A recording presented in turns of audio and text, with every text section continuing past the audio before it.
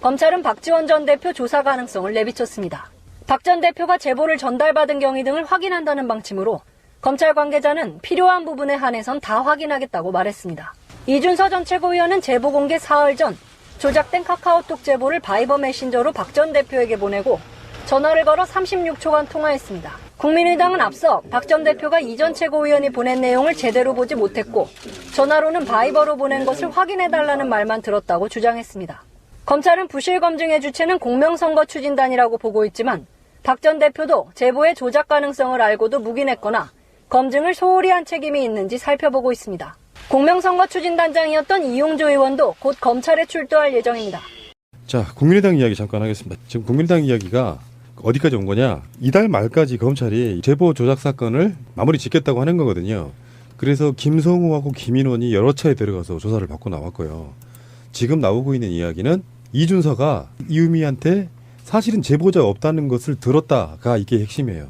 그래서 이준서는 그 들은 걸로 검찰은 판단하고 있는 것이고, 그런데 이준서가 그걸 독단적으로 알면서도 윗선에다 알리지 않은 채 이거를 실행했느냐, 아니면 알면서도 국민의당 관련된 공명선거 추진단부터 시작된 그 윗선들이 알면서도 대선 전에 고호를 했느냐, 이런 부분이거든요. 근데 지금 분위기는 이렇게 나오고 있는 게 이제 드디어 이용주 이름이 나왔습니다. 그래서 이용주 의원을 이번 주 중, 우리 방송 나가는 이번 주 중에 이미 이 방송이 나가면 소환했을 수도 있습니다. 그러니까 이용주를 소환을 그래서 하는 거고, 더 나아가서는 박지원 전 대표 당시 선대위원장도 알았을 가능성이 개연성이 높아졌기 때문에 박지원 대표까지 조사를 하고 이번 사건에 대해 마무리하고 발표하겠다, 이런 거거든요.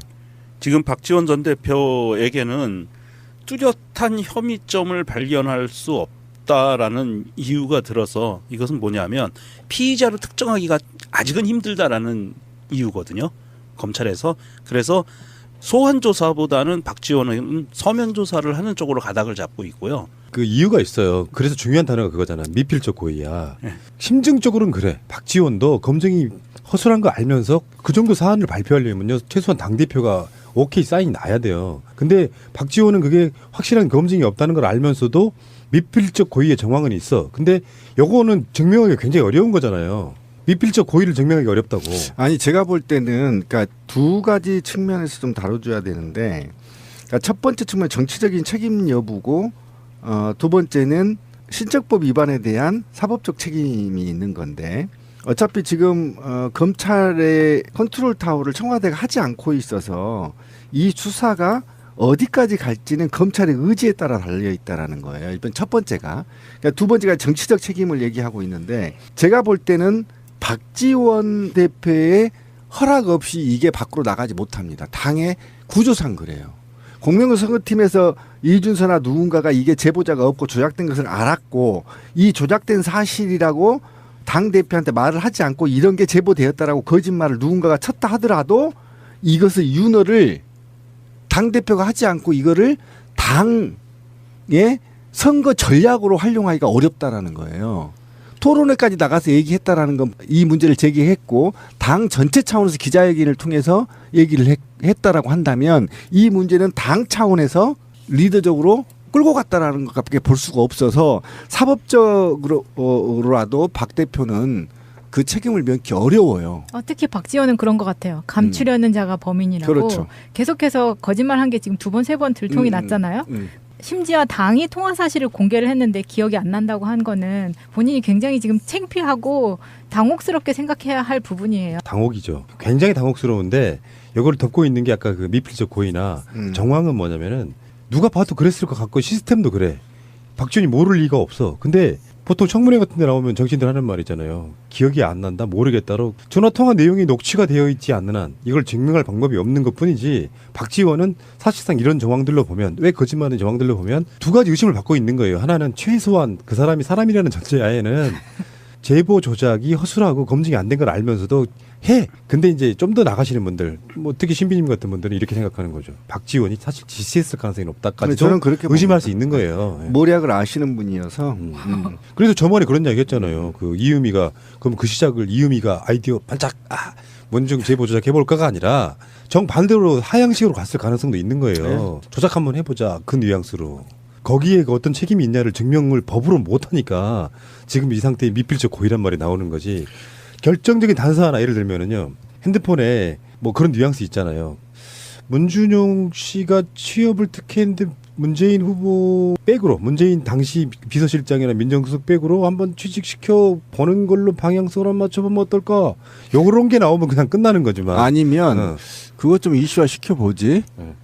이렇게 지시했을 수도 있어요. 그러면 밑에서는 만들 수밖에 없거든요. 지금 긴박하게. 왜냐하면 어차피 제가 왜 이 문제가 저는 사실상 개인적으로 이 문제에 대해서 얘기하고 싶진 않아요. 왜 그러냐면 첫 번째가 국민의당을 해체해서는 안 된다라는 정치적 판단을 하고 있기 때문이에요.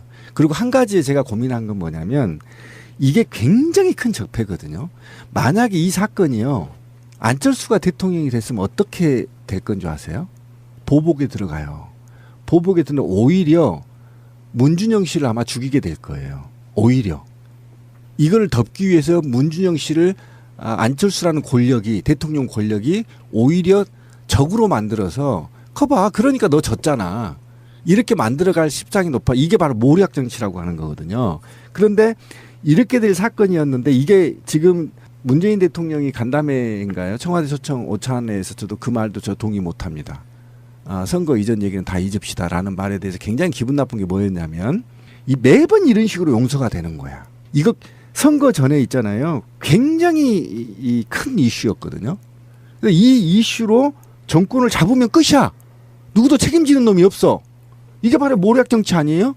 이거 적폐청산하자고 했는데 그래서 한편으로는 촛불의 민의로 가름해 보면 이거는 뭐 당을 해체해도 또는 능지처참을 해야 되는 건데 또 이게 능지처참을 하면 또 다당제의 근간에 또 흔들려서 그래서 저는 분명히 말하지만 안철수가 좀 정계 은퇴를 하고 그다음에 홍준표는 대법원에서 실형을 받아서 사라지면 좀 대한민국이 좀 건전한 다당제로 가지 않겠느냐. 저는 그 부분에 대해서 약간 좀 의견이 달라요. 그런 측면에서 좀 제가 아직 판단을 저도 못하고 있어요. 어디까지 그러니까 건전한 다당제로 가기 위해서는 건전한 사람들이 건전한 정치를 해야 돼요. 그렇죠. 동의합니다. 예, 그러면 이번에 지금 이 문제는 국민의당 일벌백계 해야 문제는요. 된다. 국민의당 문제는 혐의점이 두 개예요. 원래는 처음에 혐의점이 하나였어요. 검찰 수사는 사실 공표 이게 허위 사실이든 진실이든 공표 문제였거든요.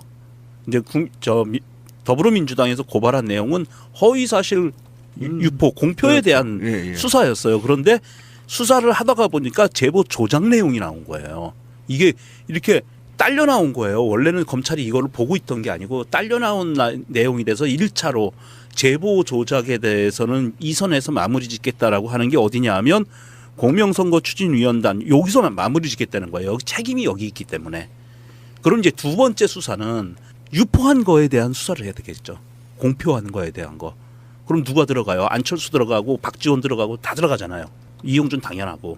그러면 이 두 번째 다 걸러내야 돼요. 잘못한 사람들. 이 악마 같은 짓을 한 사람들은 걸어내고 국민의당이 해산이 되건 아니면 자기들끼리 다시 똘똘 뭉치건 그건 그 사람들의 몫이고 우리가 대한민국이라의 국민들이 야 국민의당 보호해야 돼 할 필요는 전혀 없다. 여기서 잘못한 놈들은 철저히 법적인 책임을 지게 하고 남은 사람들이 알아서 할 몫이고 그 사람들이 하는 몫에 따라서 국민의당이나 다당제가 잘 굴러갈 것이냐의 그 정치적인 환경이 만들어지는 것이다. 저는 그렇게 봐요.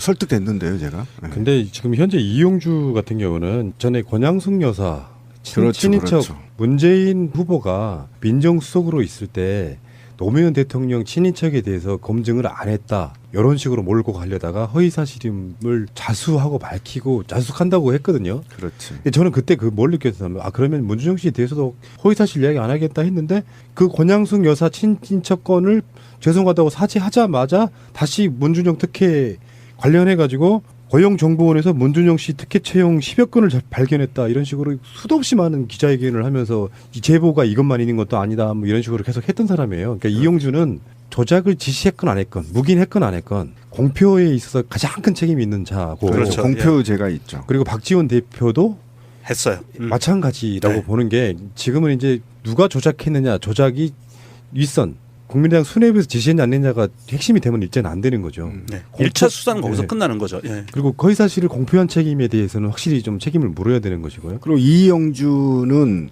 왜 기존의 최고위원들하고 좀 다르냐면 현직 의원이기 때문이에요. 네. 그래서 이용주로 국민의당 이용주로 수사가 확대될 경우에는 검찰이 제대로 수사하겠다는 의지가 있다라는 건데 기존에까지는 어쨌든 원외 인사하기 때문에 상관없어요. 대충 뭐 정치적 책임이 덜 지워지는 거죠. 그런데 이용주부터 시작은 이제 국회의원이기 때문에 사실은 이게 공직선거법 위반까지 걸리거든요. 그럼요. 허위사실 유포에 대한. 예. 그러면 의원직도 상실할 수 있기 때문에 예. 굉장히 지금부터는 검찰이 치밀하게 아마 공격할 가능성이 굉장히 높다. 그리고 이게 지금 청와대 오다를 지금 안 내린다는 거 아닙니까? 또 네. 노무현 정부처럼 예. 문재인 정부도 지금 일체 관여를 안 한다는 거 일체 아니에요? 관여를 검찰 안 수사에. 그러면 이제 독자적으로 검찰이 수사를 할 필요가 있는데 지금 실추된 검찰들의 위상을 높이기 위해서 검찰이 강도 높게 수사할 수도 있다. 그래서 네. 양면성을 좀 갖고 있는데 어쨌든 저는 우리 그 발본색원 하자라는 주장에 약간 동의를 하는데 너무 세게 안 밟았으면 좋겠어요. 이제 그거는 이제 정치적인 이야기고, 예. 그러니까 정무적인 이야기보다는 원칙이 더 중요해요. 그렇죠. 그러니까 잘못돼서 최소한 선거에서의 어떤 형태로든지 부정선거가 일어나면 안 돼요. 네. 맞아요. 있는 사실로 겨뤄야죠. 그러니까 네. 예를 들어서 홍준표가 뭐 여러 가지 나쁜 짓거리를 했음에도 불구하고 당선됐다면 그것은 투표의 힘이고 민의라고 저는 보는 것이거든요. 그렇죠. 정상적인 걸로 다 밝혀지고 나서 근데 없는 사실로 공적이 된 그 부분은 정말 엄중하게 다뤄야 될 아주 죄질 나쁜 죄다 이렇게 저는 보는 것이고요. 그런데 그 국민의당은 한 20명 정도는 탈당할 것 같은데 안 하죠. 지금 물밑에서 지금 움직이고 있어요. 광주시당 같은 경우도 너무 지금 많아요. 네, 이 정도의 움직이고 있고요. 당이면 한 10석에서 15석 정도 있다가 그러니까 당장 지금 줄여줘야 돼요. 네. 당장 국회의원들은 국회의원 선거가 3년 가까이 남았고요. 지방 하부 조직은 지금 선거가 지금 코앞에 와 있잖아요. 그러니까 들썩들썩할 수밖에 없는데 네. 이런 부분은 있어요. 이미 나간 자리에 채워진 더불어민주당의 조직들, 사람들은 그 사람들 들어오는 게 싫죠. 당연히 싫죠. 그러니까 예. 이게 이제 그 사람들이 끈떨어진 연이 이제 국민의 민의에 의해서 결국은 교체가 되는 거죠. 그러니까 예. 국민의당 소속이었거나 소속인 사람들은 지방선거에서부터 하부 조직이 물갈이가 되는 형태로 가겠죠. 이러면서 그 흐름이 나중에 이제 국회의원 선거까지 쭉 이어지는 그런 측면이 되지 않을까 이렇게 생각을 해보는데요. 어쨌건 저는 국민의당 사건이 일어나면서 결국에 마음에 조금이라도 남아있던 김대중 대통령부터 시작된 호남 정치의 흐름 속에 그래도 이 사람들이 조금 더 개과천선하고 좋은 방향으로 해서 야권이 당시 다시 통합됐으면 좋겠다라고 하는 그 감정 자체가 완전히 없어지게 만드는, 정 떨어지게 만드는 그러니까 그런 사건이었어요. 이런 정치를 하고 어떻게 5.18 묘를 갈 수 있고 김대중 대통령 묘에 앞에 참배할 수 있겠어요? 부끄러워서요. 부끄럽죠. 무슨 맛을 못 예, 하겠고. 예.